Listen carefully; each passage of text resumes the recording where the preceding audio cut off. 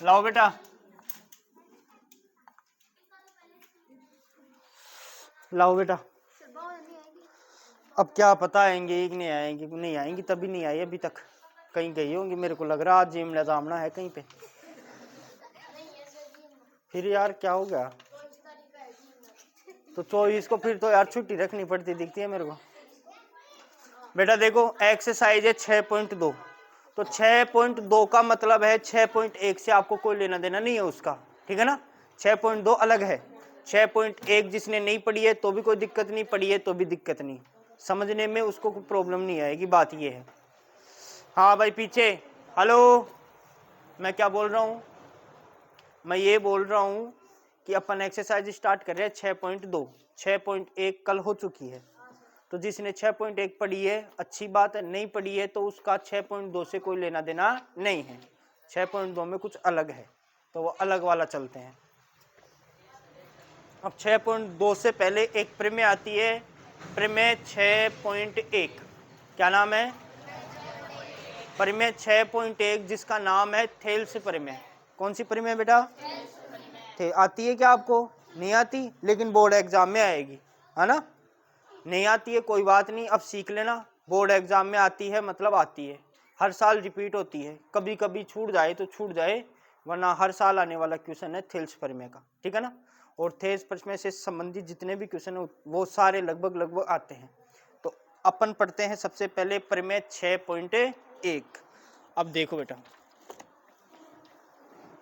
Exercise तो कौन सी है 6.2, लेकिन उससे पहले कौन सी क्या पढ़ रहे हैं अपन, प्रमेय 6.1, ठीक है ना बेटा। थोड़ा सा आप ध्यान दोगे इधर, प्रमेय 6.1 सर कैसी है, ये बहुत ही इंपॉर्टेंट है सर, बहुत कितनी, बहुत ज्यादा, मतलब पढ़ना है मतलब पढ़ना ही है, छोड़ना थोड़ी है इसको, बिल्कुल नहीं छोड़ना इसको, तो पढ़ना ही है। और पढ़ने का मतलब याद करने की आवश्यकता नहीं है। देखो थेल्स प्रमेय क्या कहती है बेटा, जैसे आपके पास कोई त्रिभुज है, ये त्रिभुज है, ठीक है ना, इसका नाम दिया है मैंने ए, बी और सी, और जो नीचे भुजा है बीसी, बीसी भुजा है, इसके समांतर में कोई दूसरी भुजा खींच रहा हूं, ये लो जी समांतर कोई मैंने दूसरी भुजा खींच दी, ए बी सी, इसका नाम दे दिया डी और इसका नाम दे दिया ई। समांतर भुजा का मतलब क्या होता है, समांतर भुजा का मतलब ये है कि इस भुजा को कितना भी बढ़ाओ इधर, इस भुजा को इधर कितना भी बढ़ाओ, आपस में ये कभी नहीं मिलेंगी, इधर दोनों को कितना भी बढ़ाओ आपस में ये कभी नहीं मिलेंगी, इसका मतलब होता है समांतर, ठीक है ना। तो बेटा बीसी के समांतर मैंने एक भुजा खींची है डीई, इसमें लगेगी अपने पास थेल्स प्रमेय, जिसको प्रमेय 6.1 भी बोला जाता। अब लगती कैसे है बेटा, जो प्रमेय 6.1 है वो कहती है कि ए डी और डी बी, इन दोनों का अनुपात बराबर होगा किसके, ए ई और बट्टे में ई सी। इजी सही है, कब होगा ये, जब डी ई समांतर होगी किसके, बी सी के। देखो कंडीशन क्या होगी कि डी ई समांतर, ये सिंबल किसका है, समांतर का, डी ई समांतर है किसके, बी सी के। तो सर बी सी के और डी दोनों समांतर है, तो देखो क्या हुआ है, अंदर से ले जाओ, जब डी और बी सी समांतर है तो कंडीशन क्या बनेगी, ऊपर वाला ए डी बट्टे में डी बी बराबर होगा किसके, ए ई बट्टे में ई सी। बोलो कोई दिक्कत है क्या, ये तो है प्रमेय 6.1। क्या हुआ, अंदर जगह है, कुछ जगह है ना, वहां पे होंगे, एक बार देख तो सही, इधर देख, इधर सामने,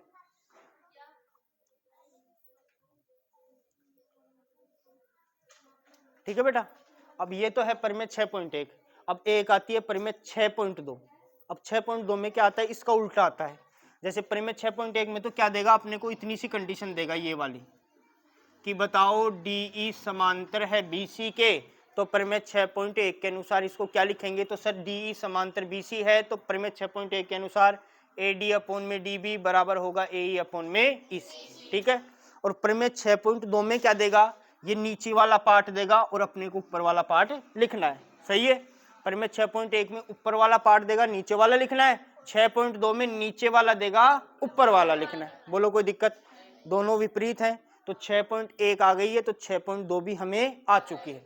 सेम ही होगी, सेम टू सेम, बस उसमें क्या है, ये अनुपात देगा और इन दोनों का अपने को समांतर पूछेगा। इसमें ये समांतर देगा और अनुपात अपने को पूछे। ये है थेल्स प्रमेय। तो इसका अपने को क्वेश्चन कैसे आएगा कि प्रमेय 6.1 लिखिए, कैसे लिखने के बाद इसको सत्यापित कीजिए कि ये आया कैसे। समझ रहे हो ना? ये AD/DB AE/EC बराबर तो है, लेकिन ये बराबर है कैसे, उसको सिद्ध कीजिए। तो वो मैं बताऊंगा। ये 6.2 हो जाएगी ना कंप्लीट। उसके बाद सबसे पहले इतना समझ लो कि जब ये दोनों भुजाएं क्या है, समांतर, तो इन दोनों का अनुपात इन दोनों के अनुपात के क्या होगा, बराबर होगा। इतना याद रख लो। अब चलते हैं एक्सरसाइज 6.2 में। अब लाओ मेरे को बुक दे दो आप एक बार, मैं इधर डाल लेता हूँ एक्सरसाइज 6.2। लाओ जी। अब क्वेश्चन नंबर जो फर्स्ट को मोस्ट इंपोर्टेंट लगा लेना है ना, पर मैं 6.1 को भी मोस्ट इंपोर्टेंट लगा लो, 6.2 को भी लगा लो, और प्रश्नावली 6.2 का क्वेश्चन नंबर जो फर्स्ट है इसको भी मोस्ट इंपोर्टेंट लगा लो। अब एक इसमें क्वेश्चन है कि आकृति है 6.17। इसमें देखो दो आकृति हैं, दे रखे हैं ना दो आकृति। जो दो आकृतियों में है बेटा DE समांतर किसके दे रखा है, देखो ये दिया हुआ है ना ऊपर वाला पार्ट, इसका मतलब अपने को नीचे वाला पार्ट निकालना है। और ऊपर वाला पार्ट दिया हो, नीचे वाला पार्ट निकालना हो, तो प्रमेय 6.1 लगाते हैं। और नीचे वाला पार्ट दिया हो और ऊपर वाला निकालना हो तो प्रमेय 6.2 लगाते हैं। तो अभी सारे क्वेश्चंस में प्रमेय 6.1 ही लगेगी। ऐसा कुछ पार्ट दिया होगा तो हम समझ जाएंगे प्रमेय 6.1 लगेगी, ऐसा कुछ पार्ट दिया होगा तो हम समझ जाएंगे प्रमेय 6.2 लगेगी। बोलो कोई दिक्कत? अब देखो अपने को इसमें AD का मान बताना है और EC का मान बताना है। तो मैं पहले का पहला निकाल लेता हूँ, त्रिभुज बना लेता हूँ पहले तो, है ना। एक त्रिभुज है बेटा, ऐसे कुछ त्रिभुज बनाया हुआ है, ऐसे है, और ABC नाम दे रखा है। इसका नाम तो A दिया है इसने, इसका B दिया है और इसका C दिया है। और यहाँ पे इसने खींचा है समांतर रेखा, जिसको इसने नाम दिया है D और E। ये D है और ये क्या है, E है। बोलो कोई दिक्कत? और इसने मान भी दिया है। मान क्या क्या दिया है बेटा? एक तो दिया है 1.5 सेंटीमीटर, 3 सेंटीमीटर और 1.5 सेंटीमीटर। ये वाला तो है 1. ये है 3 और ये है 1। और कहा है जो EC है ना, ये इसका मान अपने को निकालना है। तो सर हम आसानी से निकाल सकते हैं। हमें दिया हुआ क्या है, दिया हुआ है कि DE समांतर है किसके, BC के। तो सबसे पहले तो आप ये लिखोगे कि दिया है, दिया है। क्या दिया है सर? ये दिया है कि DE है वो समांतर है किसके, BC के। अगर ऐसी कंडीशन दिखती है तो हम लिखेंगे थेल्स प्रमेय से या प्रमेय 6.1 से। तो आप लिखोगे प्रमेय 6.1 से। प्रमेय 6.1 क्या कहेगी कि AD बट्टे में DB बराबर होगा AE बट्टे में EC। तो सर प्रमेय 6.1 से लिखेंगे AD बट्टे में DB बराबर होगा AE बट्टे में EC। ठीक है ना। अब इनका मान अपने को पुट करना है।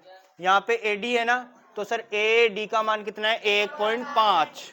तो सर AD के स्थान पे रख दिया 1.5 बट्टा है तो फिर देखो DB के स्थान पे रख दिया 3 बराबर है तो फिर AE के स्थान पे 1 बट्टे में EC का मान तो अपने को बोलो EC का मान आया कि नहीं आया।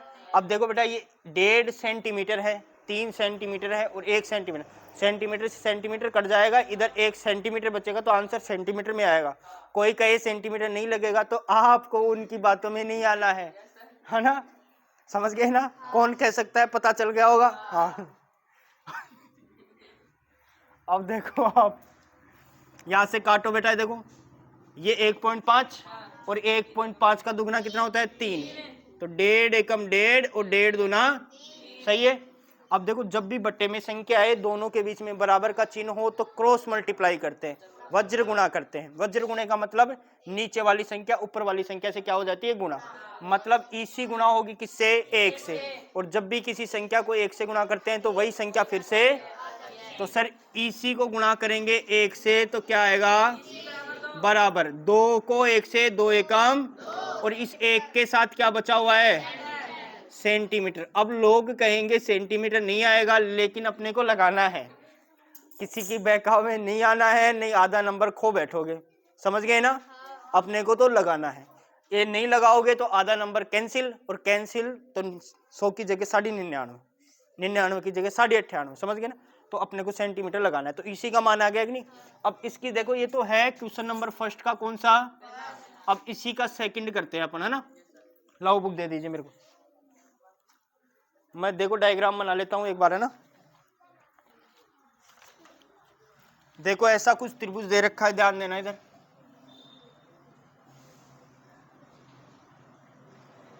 और यहाँ पे एक समांतर रेखा खींची गई है इसने, और इसका नाम है बेटा वही है A, ये B, ये C, और इसका नाम है D, और इसका नाम है E। और ये तो है बेटा, नहीं है, ये है 7.2 सेंटीमीटर, ये है 1.8 है, और ये है 5. और इसने कहा है कि DE समांतर है किसके, BC के। ले बेटा, तो आप क्या लिखोगे, सबसे पहले जो दिया गया है उसको लिखेंगे। दिया है, क्या दिया है कि सर DE समांतर है किसके, BC के। तो ऐसी कंडीशन दिखेगी, हमें समझ जाना है प्रमेय 6.1, तो हम लिखेंगे प्रमेय 6.1 से, प्रमेय 6.1। सर प्रमेय 6.1 क्या कहती है, जब ये दो समांतर होंगी तो इसका अनुपात, इसका अनुपात क्या होगा, बराबर। तो हम लिखेंगे कि AD बट्टे में D, तो सर AD बट्टे में बराबर होगा AE बट्टे में EC। अब मान रखना है, तो सर AD का मान है क्या अपने पास, नहीं है तो छोड़ दो। DB का मान है क्या, तो सर AD का मान है नहीं, तो ऐसे कि DB का मान कितना है, 7 बराबर है, तो AE का मान कितना है, 1, और EC का मान कितना है, 5. बोलो कोई दिक्कत नहीं है। अब देखो बेटा, आप कहोगे पॉइंट है, पॉइंट के बाद एक अंक है, पॉइंट है, पॉइंट के बाद एक अंक है, तो पॉइंट से पॉइंट क्या हो जाएगा, कैंसिल, क्योंकि पॉइंट के बाद समान संख्या है, तो पॉइंट से पॉइंट क्या हो गया, तो सर इस पॉइंट से ये वाला पॉइंट हो जाएगा कैंसिल। 18 है ऊपर, नीचे क्या है, 54, तो 18 × 18 एकम 18 × 3, तो सर यहाँ पे मैं लिख सकता हूँ ना AD अपॉन में तो कितना है, 7, और बराबर में 1 बट्टे में, जब भी बट्टे में संख्या हो और दोनों के बीच में बराबर का चिन्ह हो तो क्या करते हैं, क्रॉस, मतलब कि वज्र। तो सर AD को तो करेंगे 3 से, तो 3A, और 7.2 को करेंगे 1 से, तो 7. बोलो कोई दिक्कत। अब ये 3 है, फिर गुणा है, फिर है AD, ये 3 इधर जाएगा तो किसमें जाएगा, भाग में, तो इधर लिख दूं मैं इसको। तो सर AD बराबर पहले से कितना है इधर, 7, और बट्टे में आ गया।